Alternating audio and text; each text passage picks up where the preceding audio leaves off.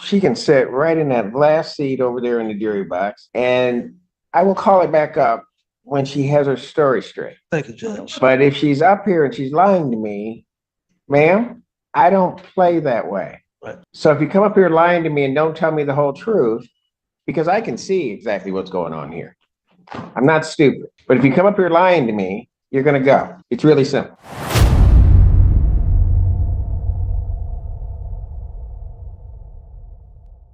Court calls case People versus Julie Vampa Pachon. I mess it up every I time. had that 5 times. All right. The Assistant Public Defender on behalf of Miss Julie Vapachon. That's right. All right, please state your. Attorney Morgan Barroso on behalf of the people. Please state your record. Julie Vapachon. Thank you, Judge. I have spoken to Ms. Barroso and to Ms. Vapachon about this matter. We are close to a resolution. The people have made a reasonable offer. Go ahead. Have made a reasonable offer. The issue, if there's an MDOP, it's going to be requiring something to be paid off that may have already been paid off. So I need to get a receipt from Ms. Vapachon before we're prepared to resolve it. Before we're prepared to resolve it. So I'm asking for a short, either 1, 2, or 3 week adjournment, whatever fits the court schedule best, to get that receipt and turn it over to Ms. Barroso to see if that will help to resolve the matter. Okay, that's fine. Hey, but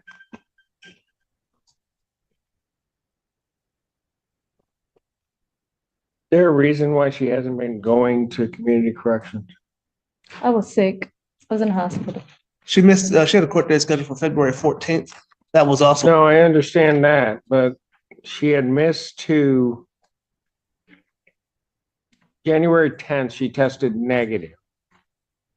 January 19th, she missed. January 22nd, she missed. January 24th, she comes in, test positive for THC. And then she misses February 7th. And then misses February 9th. And according to this, was in the hospital on the 13th through the 15th. Okay. So I understand what the court Mr. said. Allen. She missed several tests. It sounds like in late January into February. And the only test that she then took for that period was positive. So I know she was in the hospital, which is why the February 14th court date was adjourned. Right, I have that one, Right. but she hasn't been testing. Okay. She did indicate that she went to go test today. They did not drop her. They told her to wait till after court. Yeah, because she hasn't been testing. Fair. And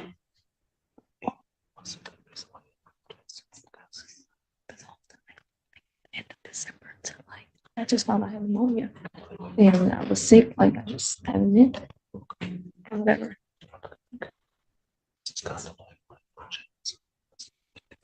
did you read this violation report? I did not, Judge.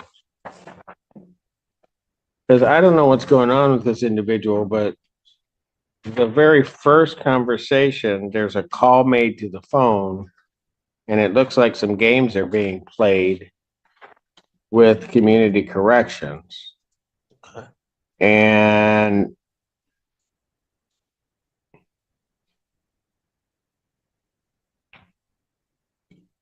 she tests positive for marijuana, but then indicates she doesn't have a MMC. She doesn't have a medical marijuana card.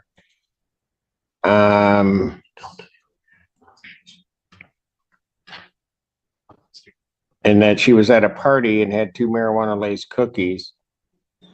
So on, and they keep telephoning her, said she was unable to take the test on 119, having to pick up her kids. Then she reminded that they were open from 8 a.m. to 4:30 p.m., instructed to report to community correction on January 24th. She did, and that's when she tested positive. She hasn't given any on the February 15th, although the court has them. She didn't give any medical documentation to the two community corrections.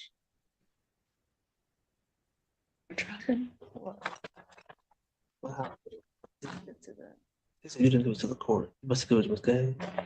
Okay. Yes, my understanding is she was working with Ms. Gaines. I guess that must be how the court ultimately received. Pardon? You said that the court had not received the hospitalization. I have it. I have the hospital. That's fine with me. It's the stuff before this that is very concerning because she does her first test, she's negative.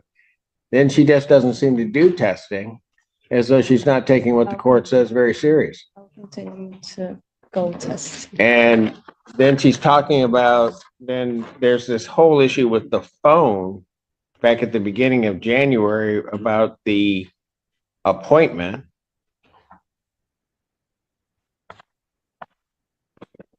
Obviously, I did not. And then she's talking about having to pick up her kids.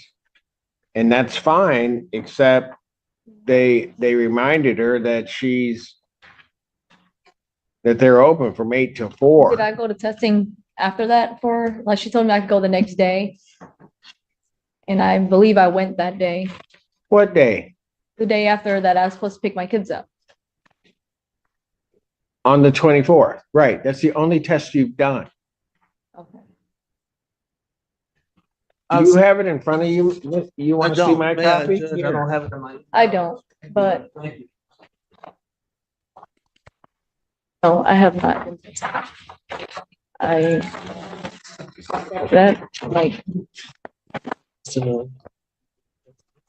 He wants to.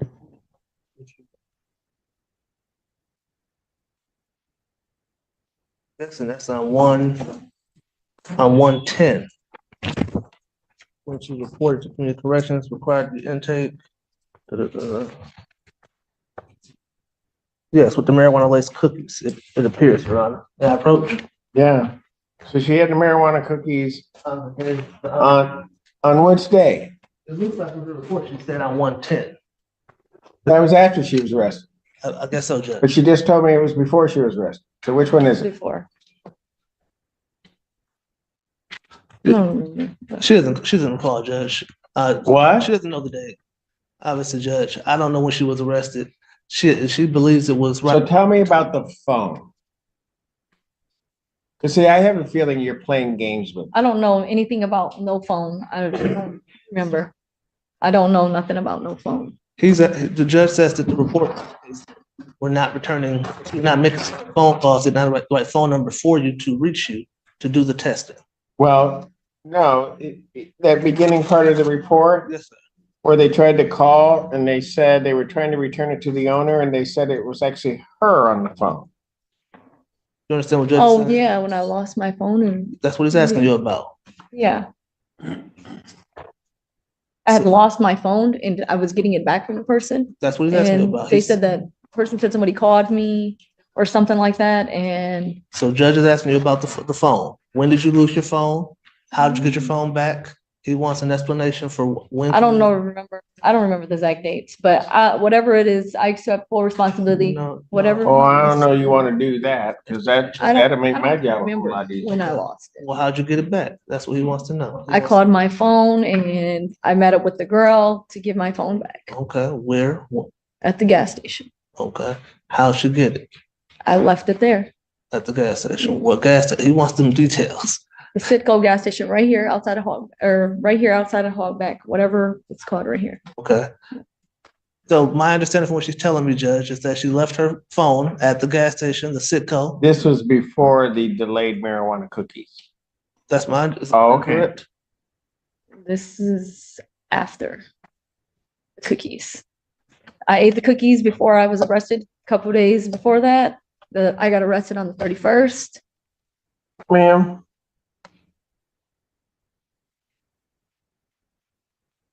You have laced cookies.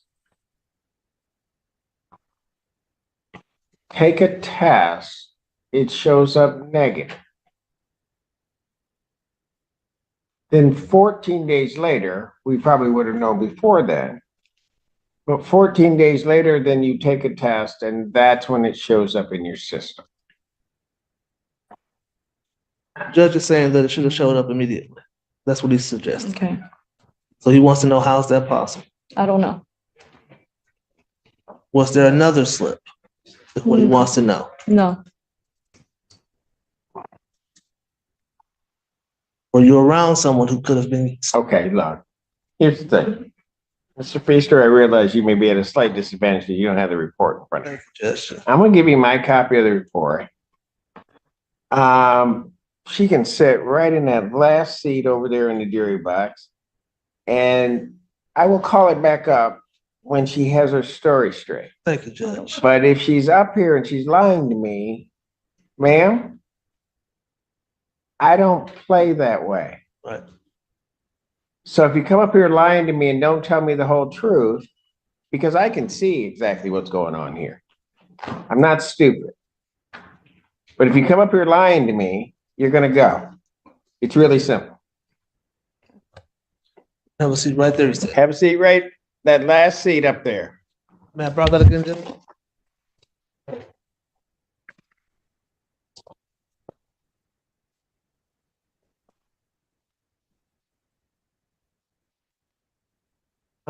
Two o'clock block already? No, I'm gonna take a break. Benson, why'd you go like, what do you have?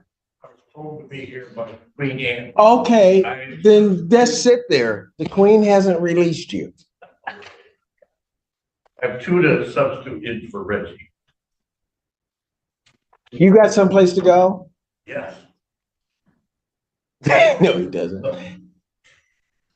I'm gonna grant the motions. So if you wanna go, go. And can I leave? Court's gonna stand in brief recess about just 5 or 10 minutes. All rise. Court recalls the case of the, Mr. Feaster here. People versus Julie Vampachon, I think. Ready again, Judge Torshell Feaster, Assistant Public Defender on behalf of Miss Julie Von Pachan. And to my right at the podium, please state your name again for the record. Julie Mompachan. Thank you, Jeff, for giving us the opportunity to pass this matter so I could get a copy of the report and review it. I did talk to Ms. Barroso about this report. Our office did not receive a copy of it, so I did not have it. We didn't have it, so I apologize for that, Judge. No, it's okay. In going through the report with Ms. Wapachan, I do have some corrections, clarifications to the information I was providing previously, Judge. She did. Oh, so now she's gonna tell the truth. Yes, Judge. Yes, Judge. Go ahead. Thank you, Judge. She did lose her phone at the Sunoco gas station at 3891 Platte. About 17. Just Is the Sunoco, the Sunoco. not the Sitco? Sunoco, right? Whatever the one's right outside of here. Sunoco, I believe, what she believes it was, Judge. She says that that phone was recovered prior to her first meeting with Community Corrections when she got her phone back on 1/9 of 2024. She went to Sunoco. She paid $100 to a Black female who had her iPhone 10. That phone did subsequently break. She took it and had it repaired or replaced at the iPhone store at Briarwood. She said when she did report on the 10th, per the report, Judge, she indicated to Community Corrections that she did have a marijuana cookie, 2 marijuana cookies. And so she indicated that she didn't know she was going to be positive. And that's when she said, what do I do when my test comes back positive? However, that apparently did not metabolize in her system at the point of that test, but she thought that first test would have been positive, Judge. Okay, so the cookies now appeared on the 10th. Yes, Judge. It happened before, the day before her reporting, Judge. So I guess that would have been the 9th, reported on the 10th. Go ahead. Okay. She indicated since that time, she has in fact been using marijuana, and that is why she has failed to make her testing dates, Judge. She indicates that she knew she was going to be positive on the 10th from the cookie, and she knew that subsequently she'd be positive from actual smoking of marijuana. So she missed those tests until she actually went in on 1/24 and tested and did have that positive result. She indicated that her last time smoking would have been 2 days ago on Tuesday, the 27th, Judge. She indicates that she does not have an addiction and that she can stop smoking, but that she had not stopped at this point, and that she takes responsibility. She apologizes. She sees how serious this is. And she wants Hold on a moment. I need to go back to the 9th. okay. He had the cookie when? It would have been the day, either the 8th or the 9th. The party would have been, she believes it was the Friday, January the 9th, I believe that date was, she indicated, at her friend's party.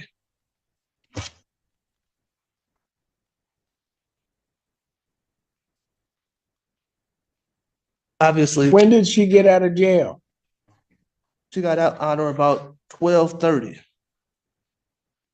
Because community correction received this order for her testing on December 30th. On December 3rd?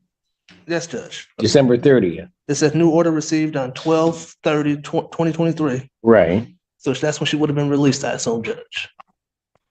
And she doesn't report until the 9th or the She- 10th.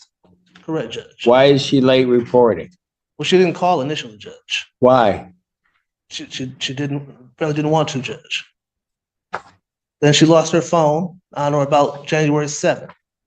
Just trying to be honest with you, Judge, that's what happened. Okay, on the 7th, she lost her phone. She recovered it on the 9th. She had that cookie. And then she reported on the 10th, Judge.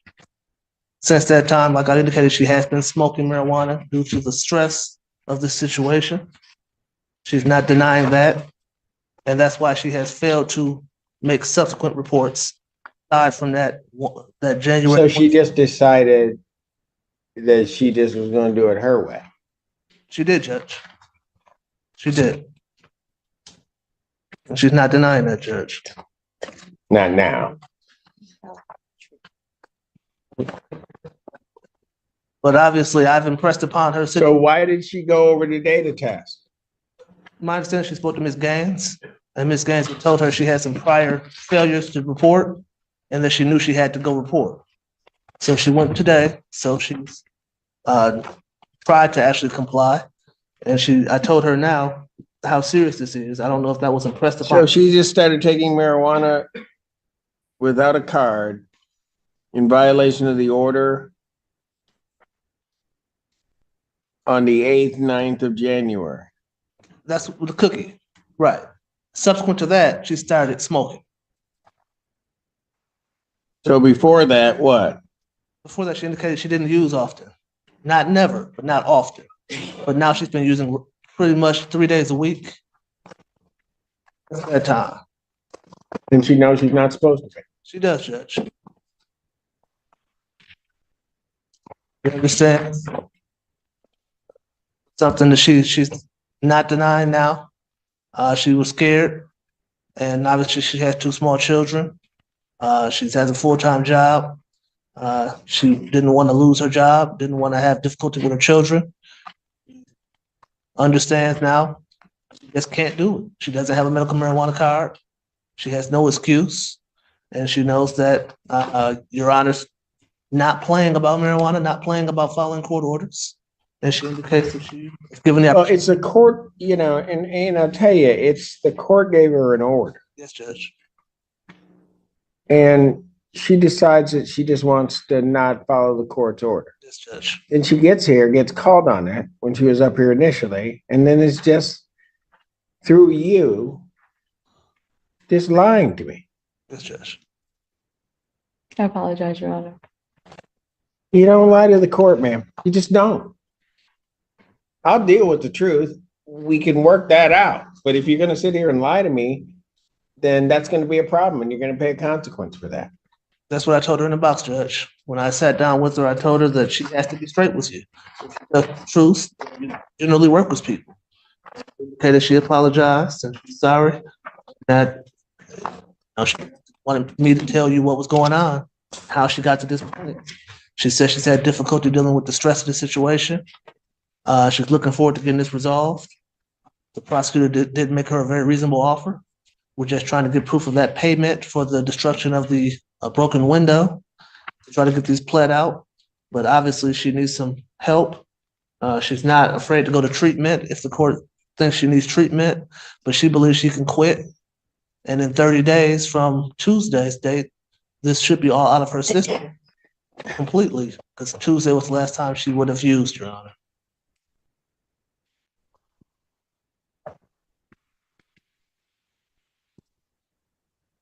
But she did, the 27th. She just kept doing it. Yes, Judge. That's the problem. And the problem is, had she left here today, she would just continue doing it and continue violating this court's order. Yes, Judge. And quite frankly, her promise doesn't mean anything to me. Understood. It just doesn't.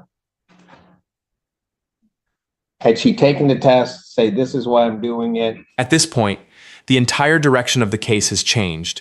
This is no longer just about missed drug tests or marijuana use. It's about credibility. In virtually every American courtroom, especially during pretrial release or bond supervision, judges expect strict compliance with court-ordered conditions. Missing tests is typically treated the same as failing them because the court cannot verify compliance. But what really caught the judge's attention here was the repeated inconsistency in Julie's explanations. Once a judge believes a defendant is being less than truthful, every future statement is viewed with greater skepticism. Defense counsel did the right thing by pausing the hearing, reviewing the violation report, and encouraging complete honesty, but rebuilding credibility in court is extremely difficult once it's lost. What do you think? Should the judge focus more on the admitted marijuana use, or was the dishonesty the much bigger problem? Failed the test, that's one thing. But she just decides that she doesn't have to take the test, takes the test, then decides she doesn't have to want to take the test, just continues using. Yes, Judge. So violating the court's order in two ways, first by her use and then also by not going to testing. And then all on top of that comes here and lies to me. Anything else you want to say?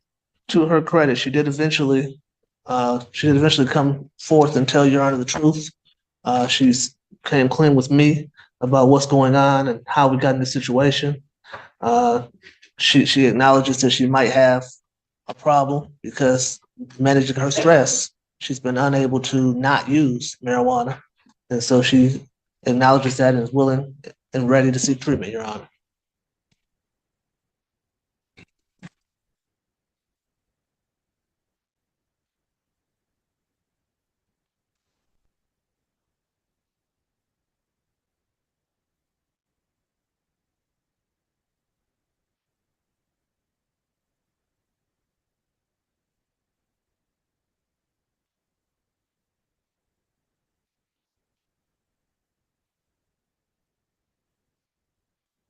Your screen is locked on your phone. How is somebody else using your phone?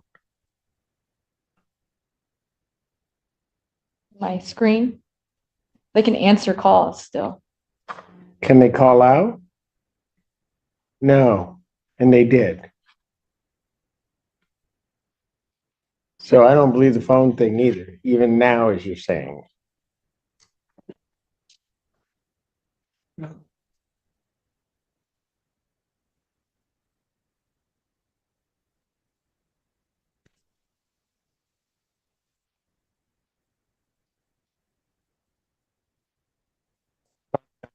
Adjourned to March 7th, this week, 2024 at 9 a.m.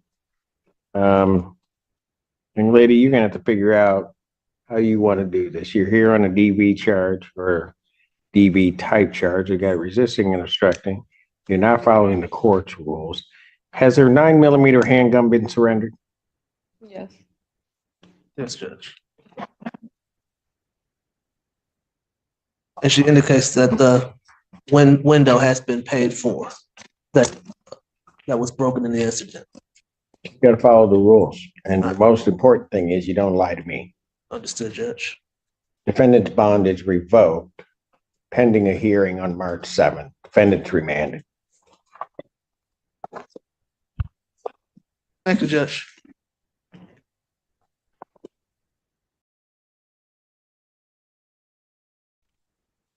Court calls case People versus, well, not yet. See you there? Julie Vancapon.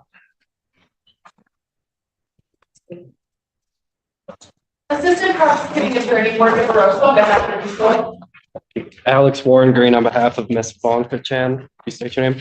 Julie Bonkachan. Your Honor, this time we're asking the court to set the matter for a preliminary examination. If I may address bond. Sure. Thank you, Your Honor. Ms. Bonkachan was last before the court a week ago. That time she was remanded for bond violations. I believe she had 2 missed tests and a positive test. That and lying. Of course, Your Honor, Okay. and that's Okay, go ahead. Ms. Bonkachan does wish to apologize to the court today for being dishonest at that time. She's assured me that she will continue testing, that she knows what she needs to do, that if her phone wasn't working or anything else like that, that's really not an excuse to miss testing. She's fully employed at the University of Michigan Hospital. Sorry, Your Honor. And cares for her 2 children. Right now, her 2 children are living with her sister. So we're just asking the court to consider reducing her bond. Right now, she's held without bond or a personal bond.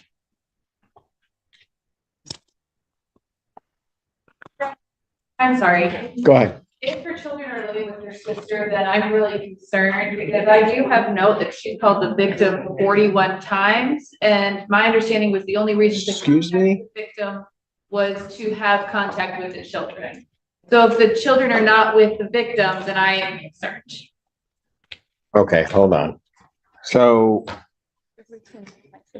the Daniel Gray, I have listed as the victim. Correct. Found the street. There is contact allowing for conversations about the children. That was my understanding of the bond conditions. So if the children are with her sister, I see no reason for her to have contact with the victim. Well, the conditions that I have is that the only communication that would have been allowed with the victim regarding the children would have been by text. There have been 41 phone calls.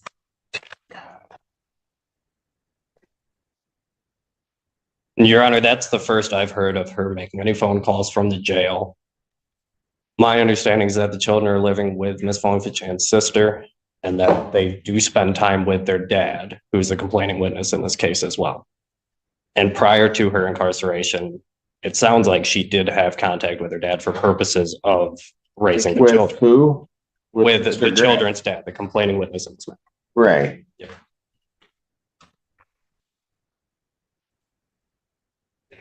That's 41 calls this week?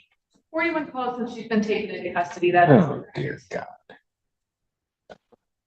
Some conversations, we never argued or anything, it was just straight about the kids.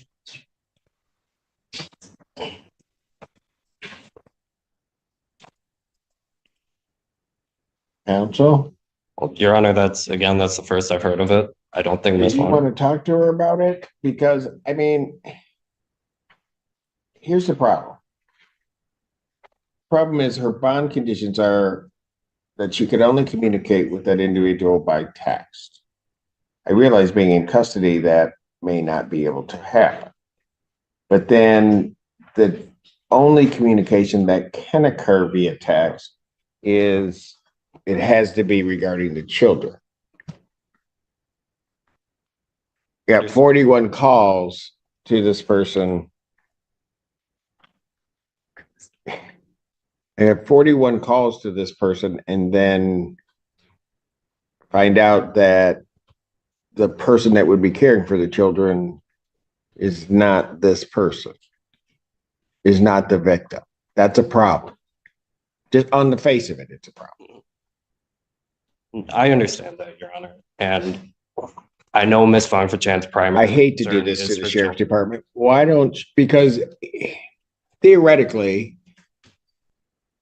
she may have been released. But this throws a whole new light on everything because she hasn't been doing any, I mean, she's just making her own rules, which is really part of the problem with how she got herself in, outside of lying to me. And now, and not following her bond conditions. And then now I got another one, potential. So let me do this. The sheriff's office would be so kind. Take her back. You might want to talk to her because otherwise.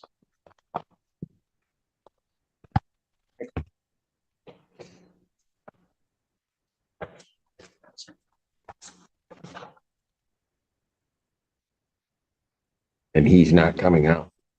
No. No. Who? Okay, but Seal's not coming out. Court does call the case of People versus Marshall Seal. Andrew Childers appearing on behalf of the people. Brown, Deputy Chief Public Defender, appearing on behalf of Mr. Seal. Your Honor, I believe that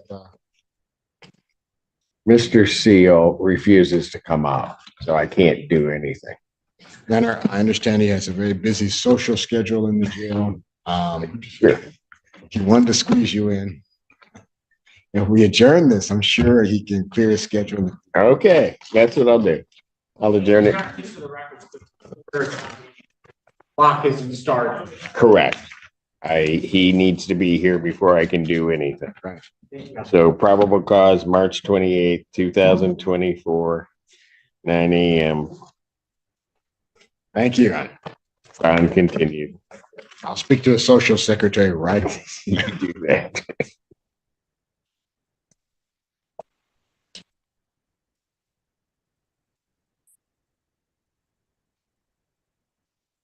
Case People versus Pakistan. Assistant Prosecuting Attorney Morgan Barroso, on behalf of the people. And Alex Warren Green on behalf of Ms. Fonfachan. State your name again. Julie Bompachan. Thank you. Your Honor, I had an opportunity to speak with Ms. Fonfachan. I addressed the phone calls with her. And, you know, Ms. Fonfachan doesn't deny calling the complaining witness in this matter. I don't know the subject matter of those calls, but what Ms. Fonfachan tells me is that that subject matter, when those calls are reviewed, is going to come back largely regarding the children, and that the discussions they were having were about the children. The children are staying with her sister while the complaining witness is working. That is filling the void left by Ms. Fonfachan being in custody. Before Ms. Fonfachan was in custody, the children would stay with her while the complaining witness worked, and when he wasn't working, would stay with him. So that arrangement is the same. It's just that Ms. Fonfachan's sister is taking care of the children while the complaining witness is at work. So again, I don't know the subject matter of those calls. What Ms. Fonfachan Okay, so- And you don't know, from the people, you don't know the subject matter of the call. Your Honor, when I saw 41 calls, I was under the impression that they would be related to the children, but that doesn't eliminate my concern. I know. And I'm also concerned that her representation is largely related to the children, which to me leaves room for an understanding that there's other things being discussed as well. And Your Honor, what Ms. Fonfachan tells me is that none of their communications regard the case. None of them Okay. are communications regarding what the complaining witness should do or can do or may do. It's nothing to do with that. It is Okay, I get that. But all that does is stop additional charges. Right? of course. Or that goes to whether or not there would be additional charges coming from the prosecutor's office. They don't go to what is another violation of the court's order. I mean, just the call itself. I mean, I could even understand if there were a few calls regarding the kids because she can't text because of the position that I can get that. 41? That's a large number of calls, Your Honor. I understand the question. And here's my other problem. And this is the problem that people have when they come before me and they lie.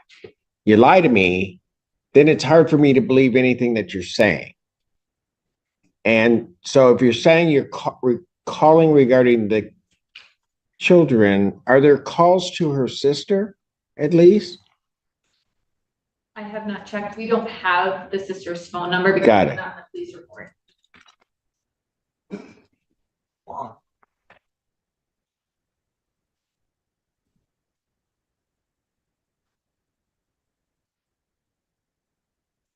Counsel, how soon can you get the phone calls to?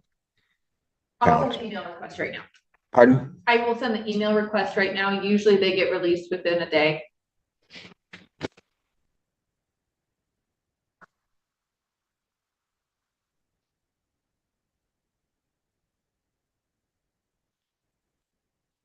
Well, during the probable cause out 1 week. Or is that what we were doing on this? Yeah. Oh. I'll adjourn our probable cause out 1 week to the 14th. 9 a.m. Get the calls over. At this point, I'm not going to set it for exam. At this point, what I'm going to do is then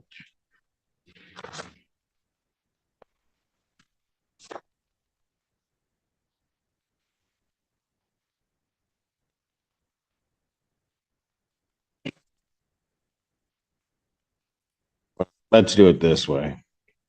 You wanted it set for exam, correct? That is correct, Your Honor. All right. I'm going to give you a probable cause date on the 14th to try to address her bond to see if we can get her out of custody without some other thing happening. I'll set her preliminary examination. I'll set that for the 26th, 2024, 9 a.m. That will be before me. Next week, though, we'll address her bond after you've had a chance to listen to the calls. And right now, she has no way to communicate about her kids at all because she was doing it by text before. That's right, Your Honor. And at least pending the hearing next week, her phone privileges, defendant's phone privileges in their entirety are revoked. Just keep making it worse.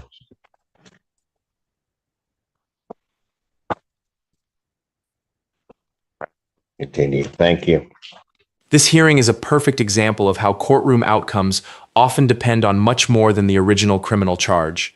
Julie's situation escalated because the court believed she repeatedly violated bond conditions, skipped mandatory testing, admitted continued marijuana use without authorization, and most importantly, failed to be truthful when questioned.